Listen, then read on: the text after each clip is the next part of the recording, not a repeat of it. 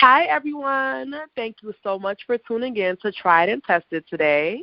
If you're not familiar with us yet, Tried and Tested is a relationship podcast where I'll be discussing stories, issues that we have in relationships, different escapades and rendezvous we've been on, things that we all go through and things that we hear about and things that we can learn from when it comes to relationships and dating. So I'm your host, Tracey. And today we have a special guest, my dear, dear, dear friend, Eulisa from North Carolina. Go ahead and raise up. So we used to go to college together down south. So, hey, Eulisa, let them know a little bit about yourself. Okay. Hey, girl. Hey, friends listening. I'm from North Carolina. I'm a Southern girl, and I'm just your girl's girl. Like, just like to hang out and do girl talk. Okay, all right. All right, so without further ado, our topic today is going to be deal breakers. So from my point of view, a deal breaker is something that is the end of the road for me and whoever is trying to court me, whoever I'm in a relationship with, whoever I'm dealing with. A deal breaker is something that I can no longer go any further. Eulisa, what about you? What is your definition of a deal breaker? I definitely would say it's very similar. If I had to use an analogy, it's kind of like a stop sign. Like you're on this road, you're feeling like, oh, we're feeling each other, we're cruising, and then you got to stop. Like, no, it's not going to work. All right, that I definitely agree with that. Okay, so when it comes to dating women over 30, do you think, what criteria do you think we have for men over 30 that we're trying to date? And yeah, let's start with that. I think it's a very interesting question. I feel like it's something that's being brought up a lot. Like, what are the criteria for men over 30? Because we have really high expectations for men over 30. Like, we need them to have a house, good credit.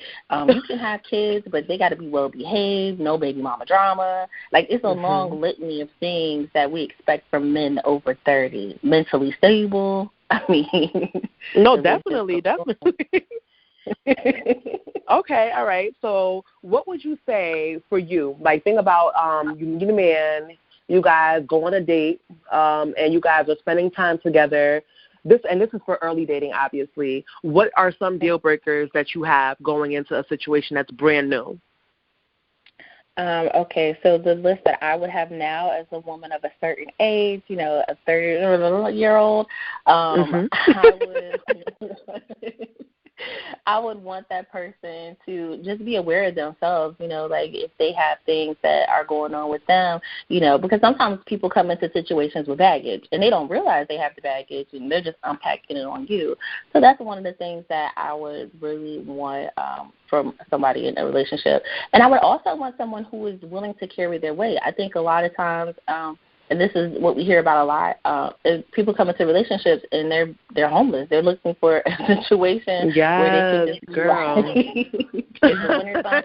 It's tax time. What's up, girl? Like, no, we don't need that. Like, I don't need that in my life. So those are some of the red flags for me. Like, are you homeless, trying to come up on me?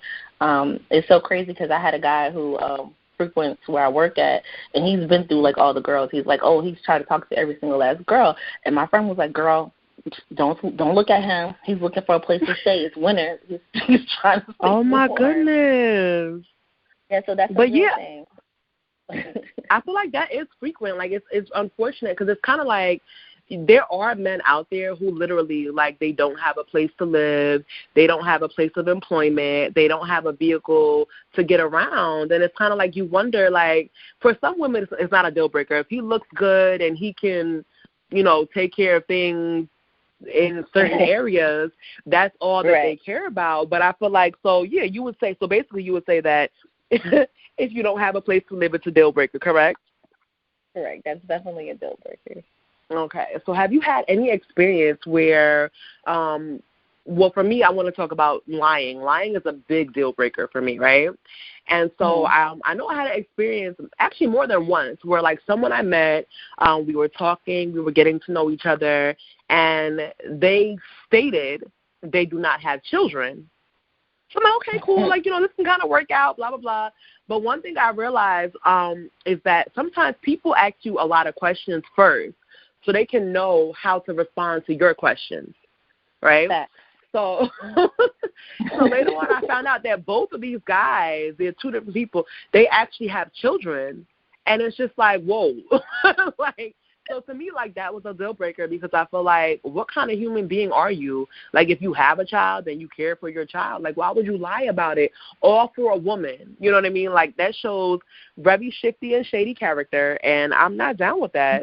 But have you ever had an instance where, you know, somebody's married or just something like crazy where it's like no matter what you say, you can't get rid of the fact that, you know, it's the truth, but yet you try to lie about it? Yeah, I definitely have had that situation. Not necessarily with kids, like you said, that's kind of crazy. Like, whoa, how are you gonna hide your whole life, kids? But I've had, like, they're human beings, they're little people.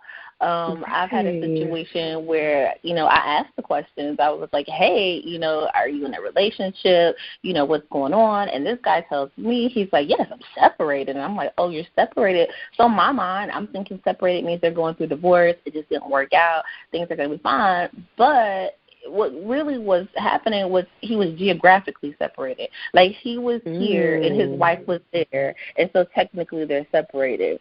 And, yeah, that's definitely a whole deal breaker because she's in a committed marriage. Like, she still has a husband, you know? Like, you can't. Wow. You can't No. No, that's definitely like that. People don't think. I mean, that's definitely crazy. So earlier I asked you about deal breakers when you first meet someone, like a first date. Now, what if it's a situation where you've been with somebody for 3-4 years, and this is a person that you want to marry, you want to live your best life with forever and ever and ever? Do you feel like deal breakers still apply? And do you feel like if you didn't like something earlier on and you kept dealing with it, that you should continue to deal with it now?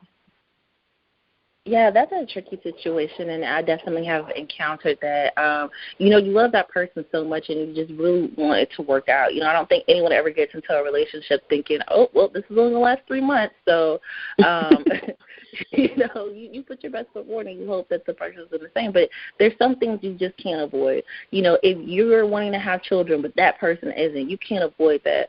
Or if this particular person is just like, you know, not pulling their weight, not doing what they're supposed to do, and you're struggling all the time, be it financially, spiritually, emotionally, or whatever, that's a deal breaker you can't ignore. I mean, you can't ignore it, and a lot of women do.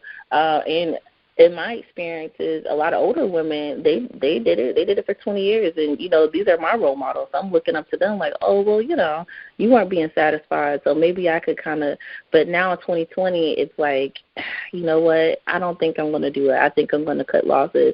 But I think this is like a new where people are like, you know what, okay, I actually can let it go. So, but it's hard. It's really hard.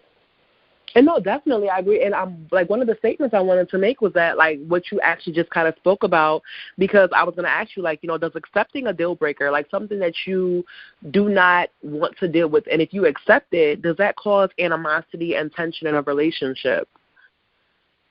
I think it does. I think that person, a lot of times, especially when you get to a certain point in a relationship, you know, you committed. You know what I mean? Y'all done got together on the same cell phone plan. Like, y'all share bills together. Y'all are committed. And so when that person is just not, you know, conforming and they're still doing the things, you do feel some kind of way, because you're like, you would be the perfect person if you would just wash the dishes.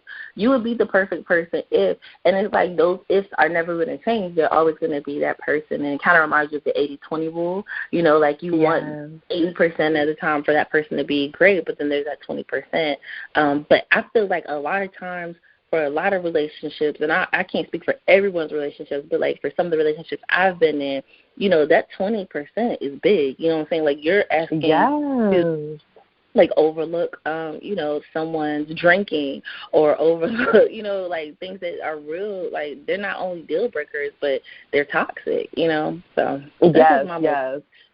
Don't get me to preaching, because hey. No, I'm definitely listening.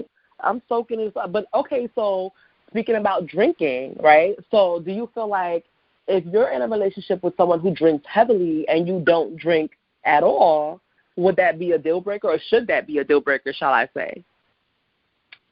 again, it just kind of varies from people's relationships. I mean, when drinking becomes a problem, it becomes an issue. Like now they're not working, or they have violent outbursts, or now your money's short because they're not paying bills or something like that. That's obviously going to be a problem. But sometimes people who don't drink, and I'm not judging, no judgment, but people who don't drink, you drink a little wine cooler, like, oh, she wasted, oh, she drank too much. So we can use me for an example, because I don't drink, but I feel like, I've seen people who have been drinking and they're drunk and they're like, oh no, I'm good, I'm fine. And I'm like, sir, but I get what you are saying, like, about the people who are just like, oh, if you take a sip of something, then they feel like you're alcoholic. So no, I definitely understand that. So who would you say is more lenient with accepting deal breakers and continuing the relationship? Would you say men are more lenient or women are more lenient? I may be biased because I'm a woman, but hands down, I feel like women are definitely more lenient. We'll take the break baby and accept it as our own. We not all of us. I didn't say me. I'm saying there's someone out there that's listening that took the break baby, and they're loving that break baby, and more power to you, But there's literally these situations that it only can happen with a woman. I don't see a man saying, oh, okay, I'm going to take this break baby and love it as my own. No, he's going to give you the walking papers, and he's not going to feel bad about it. In fact, he's probably going to pack your bag for you. Either that, or he's going to hold it over her head forever, and he's going to cheat, and he's going to, do whatever he wants to do to kind of make up for something for eternity. Like, it's never going to end. So, oh, wow. So do you ever feel like a deal breaker is something that is shallow? Like maybe, oh, I don't like the fact that he stutters, or I don't like the way he snores. Like, do you feel like those things are shallow deal breakers, or you feel like if they really annoy you, then it is what it is? I'm guilty of this. Like, I definitely have deal breakers that some people would consider shallow. So, yeah. Like what? Tell us. I'm not going to say, like, I like to drink wine. And, like, if I go somewhere nice and I try to, like, order some wine and they're over there butchering the names, like, I kind of look at you a little different. I'll still give you a chance, but I'm still going to be like, Wait, you said butchering the name of the wine? Yeah, so you're ordering and you're saying, like, crazy stuff. Like, let me get some of that Chardonnay. Like, oh my goodness! And I'm not asking everybody sommelier and like this like wine expert, but some things are basic. And I feel like at some point, like you can point to it, and I probably give that a pass because I've done that before. Like, okay, I want that one right there, but you just was like bold and just topping it up, remixing the name. Oh. Interesting. I would say I don't think this is shallow, but deal breakers are going to be specific to each of us because of how we were raised, how we live our life now, and things like that. For me, a deal breaker is time management, okay? If we have a date at 8 o'clock, don't show up at 11 p.m. Like, if our date is 8 p.m., and it's like, because what are you doing? Putting on makeup? Like, you know what I'm saying? Like, what could you be doing? All the time. And I dated someone like that, and it really, really frustrated me because it's like if you can't be on time to a date, then it's like that's a deeper issue. Like, are you on time for work? Are you on time for meetings as a business person? Like, you know what I mean? Like, I feel like that's so disrespectful not to be on time. So I don't know if that's shallow, but to me that's just irritating. I'm disrespectful. I'm late to everything. I'm that person. I think it's more acceptable for women to do it, but I just feel like, okay, so you're late for everything. Why? Like, what are you doing? I feel like I'm just overly optimistic with my time. I'm like, you know what? I got 5 minutes. I can go ahead and just fry this chicken real quick before I head out the door. Like, wow. Stuff like that. So, but I try to be courteous, and I think that's where it makes a difference. Like, if you know you're gonna be like 5 minutes late or 15 minutes late, call that person. I think that's when it kind of stops being like is egregious, because if you just don't show up and someone's just waiting there, that's bad. That's pretty bad. I don't do that, but I am late a lot. But I call. So I didn't say 15 minutes. I said hours. I'm talking about hours late every time. I don't know about every time. Then that's just kind of ridiculous. That's what I'm saying. Like, that's when it becomes right. That's when it becomes a deal breaker. Okay, so I'm going to name a few things, and you're going to tell me, is it a deal breaker or is it not a deal breaker for you, okay? And why. Let me know why.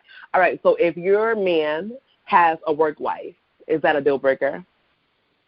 Yeah, that's definitely going to be a deal breaker because it's like now we don't have anything sacred. You're probably like over there, gossiping and telling about our reality TV shows together. Like, it's not going to be as fun when we do it because you've already shared it with your work wife. Like, no, that's a deal breaker. All right, so work wives are canceled. Okay. How about peeing in the bed? Is that a deal breaker when a man pees in the bed?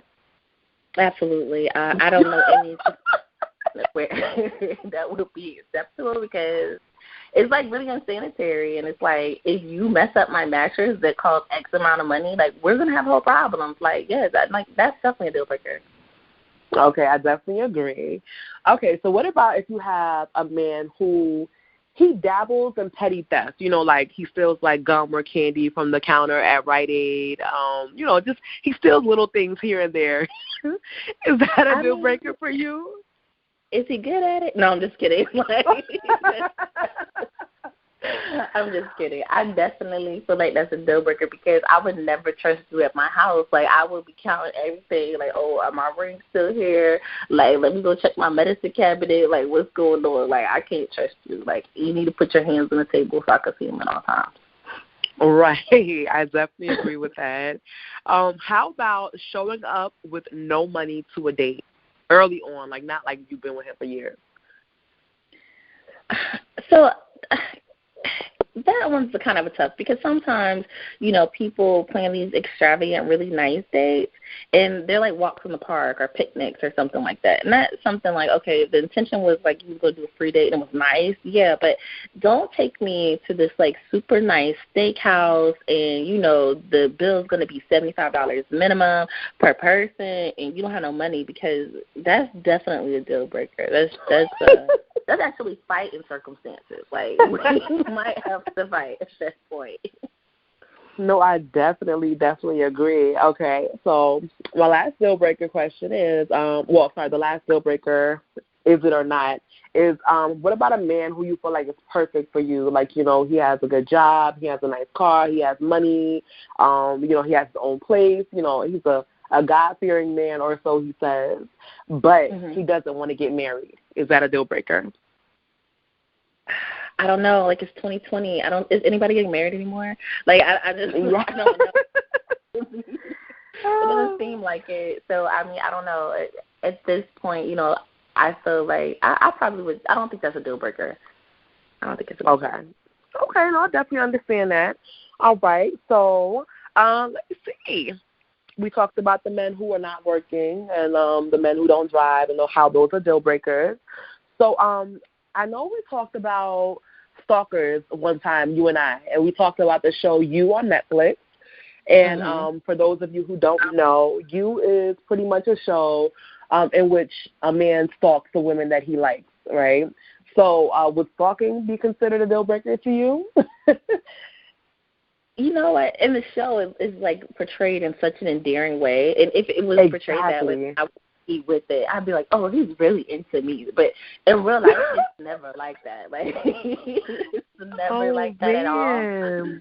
So it's definitely a deal breaker. And it's like, how do you have the hours and the time and the resources? Because I don't want to ruin the show for anybody, but he puts a lot of time and effort into stalking this person, like a lot. So it's like, in real life, like, who has that kind of money to spend stalking people? Like, what?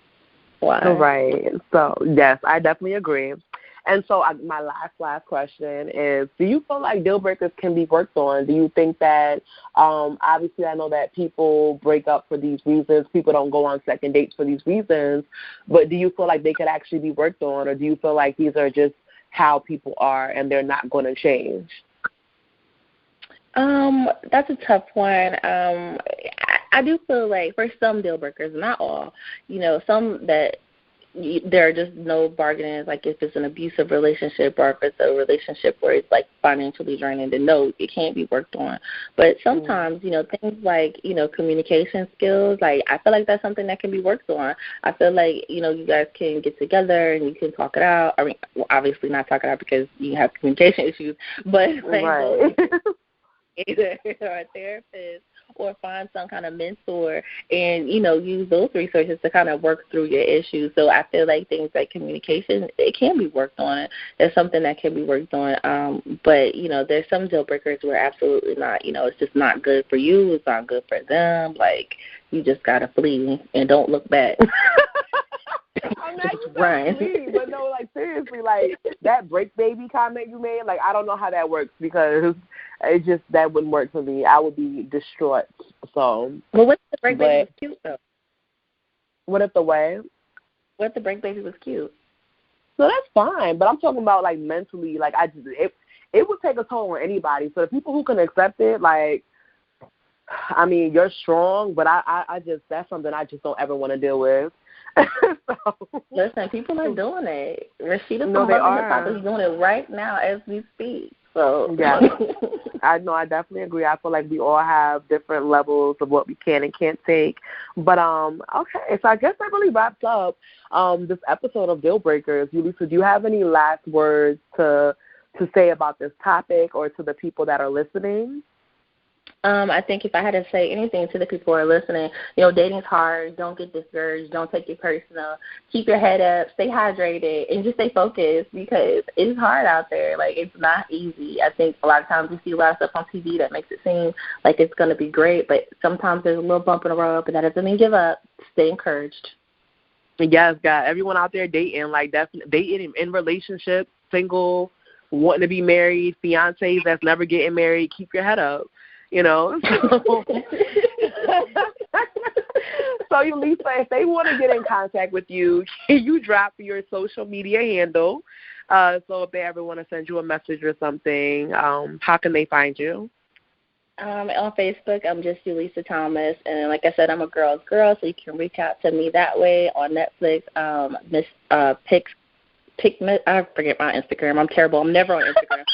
Waiting to me on Facebook. Can't be on Facebook. I'm a woman of 11 years old. Yes. No, I definitely feel you, girl. All right. Well, thank you so much. And thank you guys all for listening. And until next time, have a good one.